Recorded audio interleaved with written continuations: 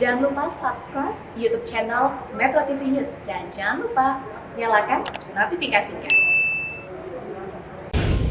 Ya, kita lanjutkan dialog kita, pemirsa. Pak Edi, Ibu Sri Mulyani sempat juga mengungkapkan bahwa BBM subsidi ini justru dinikmati oleh orang mampu atau orang kaya dibandingkan orang miskin yang harusnya menjadi sasaran dari subsidi ini. Lalu bagaimana pertama caranya membenahi agar BBM subsidi tergantung apapun keputusan pemerintah ke depan bisa tepat sasaran? Apakah itu juga menjadi salah satu hal yang akan diumumkan? Bagaimana pengawasan ke depan?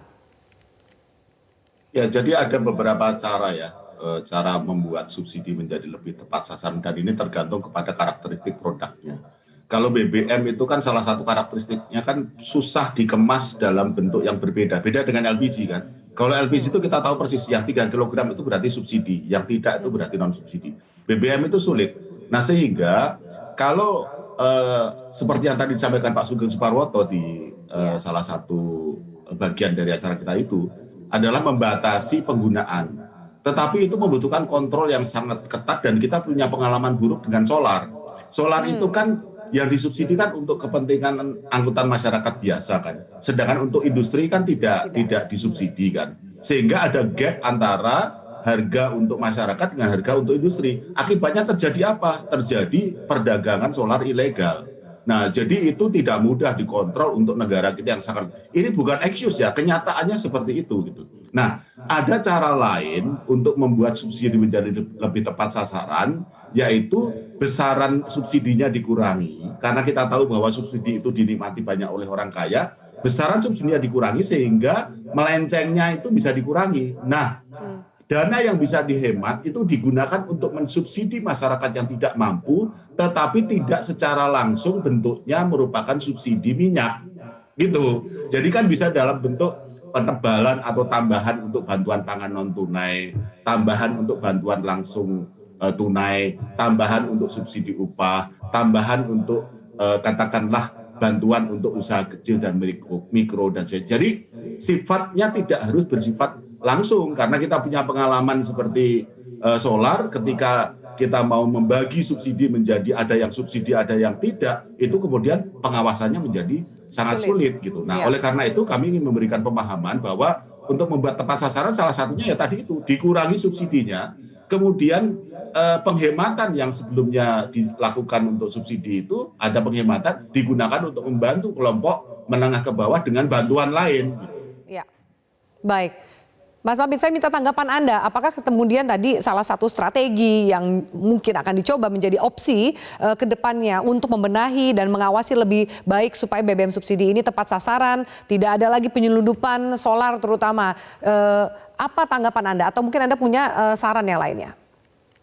Ya, saya kira apa yang tadi disampaikan oleh Pak Edi memang benar bahwa pemerintah saya kira perlu melakukan menyiapkan bantalan terkait dengan rencana pengurangan subsidi yang akan dilakukan ke depannya.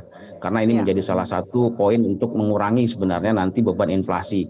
Karena kalau memang kita bisa menghitung berapa persen nanti inflasi yang dihasilkan tergantung dari berapa banyak ataupun berapa besar pengurangan subsidi yang akan dilakukan oleh pemerintah. Dengan demikian bantalan yang diberikan oleh pemerintah tersebut saya kira akan sangat membantu terutama masyarakat kelompok rentan. Karena saya yakin kelompok rentan ini justru mereka yang tidak punya mobil, tidak punya motor, tetapi mereka yang akan terdampak ketika nanti ada perubahan harga. Karena akan adanya kenaikan ongkos terkait dengan baik itu ada kenaikan jasa maupun kenaikan barang. Tetapi dengan bantalan yang disiapkan oleh pemerintah, maka ini saya kira sangat membantu mereka dan pastinya akan mengurangi daripada inflasi kita sehingga tidak terlalu lebih tinggi lagi. Dan ini merupakan salah satu upaya yang cukup bagus dan saya kira perlu dilakukan nanti ke depannya sebelum memang ini akan ada pengambilan keputusan nih Mbak Afriani.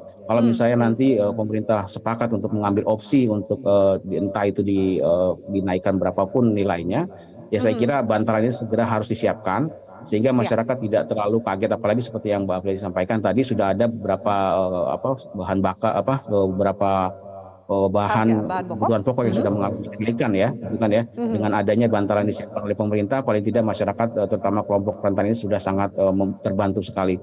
Selain itu saya kira salah satu opsi yang lainnya seperti yang disampaikan adalah dengan adanya opsinya pembatasan dan ke depan saya kira ini pun tetap harus dilakukan pembatasan karena memang perlu adanya reformasi terhadap subsidi kita. Karena saat ini seperti yang tadi disampaikan adalah semua penikmatnya adalah rata-rata masyarakat kelas menengah ke atas gitu kan. Dengan adanya nanti pembatasan, saya kira ini akan menjadi lebih clear, subsidi kita menjadi lebih tepat sasaran gitu. Dan saya mengharapkan nanti revisi Perpres 191 2014 memang kalau bisa diterbitkan juga untuk mengatur terkait dengan kriteria-kriteria siapa saja penerima manfaat dan berjalan paralel dengan rencana pengurangan beban subsidi tersebut, Mbak Ya. Fiani. Ya, Pak Mamit, salah satu kemudian angka yang sempat sudah beredar di masyarakat kurang lebih naiknya terutama dari Pertalite Rp10.000. Meskipun kita tidak bisa mendahului keputusan dari pemerintah, apakah menurut Anda angka tersebut cukup bisa diterima dan bisa menjaga inflasi sehingga dampaknya tidak terlalu besar kepada masyarakat? Betul sekali, saya sangat sepakat di angka 10.000 untuk Pertalite ya. Tidak lebih dari 10.000 Mbak Fiani, karena saya khawatir kalau lebih dari 10.000 akan menaikkan inflasi lebih dari 2%. Tetapi dengan angka 10.000 ini juga saya kira plus minus mungkin di angka 1,2% paling tinggi untuk inflasi. Dan solar sendiri saya kira hanya di angka 7.000 saja per liternya. Tidak lebih dari itu, karena ini jika lebih maka karena solar tadi lebih banyak digunakan untuk transportasi darat dan terkait dengan distribusi dan lain-lain, maka akan sangat berpengaruh terhadap inflasi juga.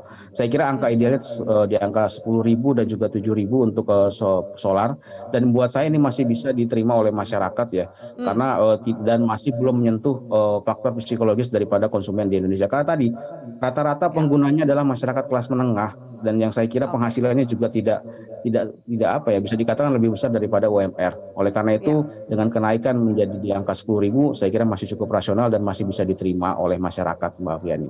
Oke, baik Pak Edi, saya minta tanggapan Anda mengenai angka psikologis 10.000. Apakah kemudian itu yang nanti akan diputuskan sambil menunggu ini kapan? Karena Pak Luhut mengatakan pekan depan, tapi masih belum juga kita mendapatkan keputusan dari pemerintah. Iya, jadi kita sudah sebenarnya membuat simulasi pemerintah ya, sudah membuat simulasi. Andai kata menjadi 10.000 Pertalite gitu ya, naik sekitar 30%, itu dampaknya terhadap inflasi seperti yang dibilang Mas Mamit tadi.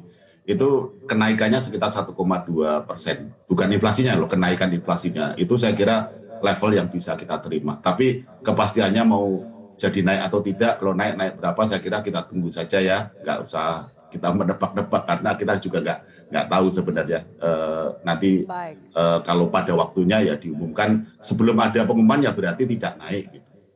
Baik, tapi juga harga bahan kebutuhan pokok juga harus dijaga nih Pak Edi, karena ibu rumah tangga terutama sudah menjerit, harga telur sudah naik, kemudian harga sayur mayur dan lain-lain juga sudah ikut naik. Baik, setuju. Pak Edi dan Pak Mamit, terima kasih banyak untuk diskusi kita yang menarik, semoga bermanfaat untuk pemirsa kami.